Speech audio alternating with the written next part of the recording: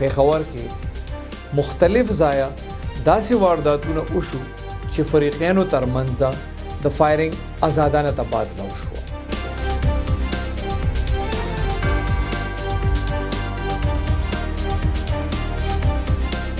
پګاړو مخالفین داسې ډزې کوي لکه چې د انډیا فلم.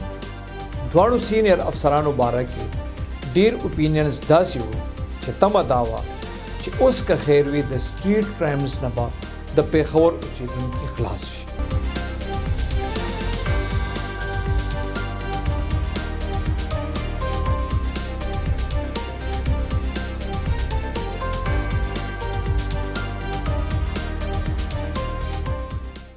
بسم الله الرحمن الرحیم.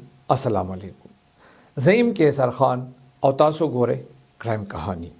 ګرانو مرګرو د پیښور نوې SSP اپریشنز او CCPO د تقررین پس داسې ښکارېده چې د پیښور حالات به د کرایمز په حواله بهتر شي. دواړو سینیر افسرانو باره کې ډیر اوپینینز داسې وو چې تمه دا وه چې اوس که خیر وي د سټریټ کرایمز نه به د پیښور اوسیدونکي خلاص شي او نور جرایم به هم کنټرول شي. خو دغه تیرو لس 15 ورځو یا میاشت کې چې څه وشو یا دا به ووایو چې دغه تقررونه پس چې حالات کم طرف ته روان شو نو سړی حیران شي. پیښور کې مختلف ځایه داسې وارداتونه وشو چې فریقینو ترمنځ د فایرنګ آزادانه تبادله وشوه. چرته 15 چرته 9 او چرته 3 تنه دغه ډزو کې مړه شو. کمی ویډیوګانې چې راغلې هغه هم ډېر یروونکې وې. پګاړو مخالفین داسې ډزې کوي لکه چې د انډیا فلم وي. ځینې اخبارونو د داسې وارداتونو دوران د مړو شمیر هم ریکارډ کړی دی.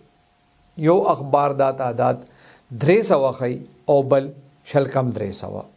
خو رښتیا دا دي چې داسې وارداتونه بیا د شوکو او عام سټریټ کرایمز نه هم زیات نقصان دی ثابتېږي.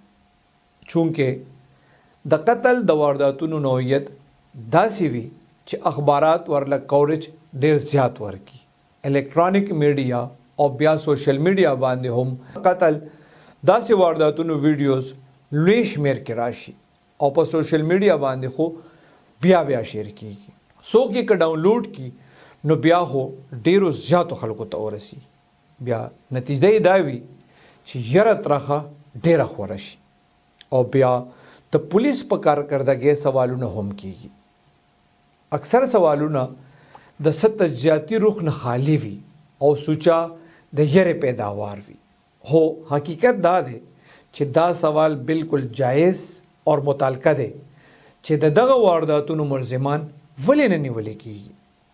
د پولیس نیکنامي او حکومتي ریټ قایمولو دپاره خو دا ډیره ضروري ده چې داسې وارداتونه چې CCTV فوټیج عام شي هغې کې د پولیس فوري کوشش شروع کړي او هغه ځکه چې دا داسې موقع وي چې پولیس په خپل ټول بیللې باور ګټلی شي. ګرانو ملګرو د پولیس موجوده ډانچې نه د پیښور د خلکو ډیره تمه ده. نوې SSP اپریشنز بېشکه چې داسې کارونه هم کړي دي چې د ستایلو دي. خو دا 10-20 ورځو میاشت 2 کې چې د قتل مقاتلو کومه سلسله شروع شوې ده د هغې مخ نیول هم ضروري ده. پولیس د ذاتي دشمنو مخنیوي یا د داسې دشمنو نتیجه کې د واقعاتو مخ نشي نیولې ځکه چې دا ممکن نه دي.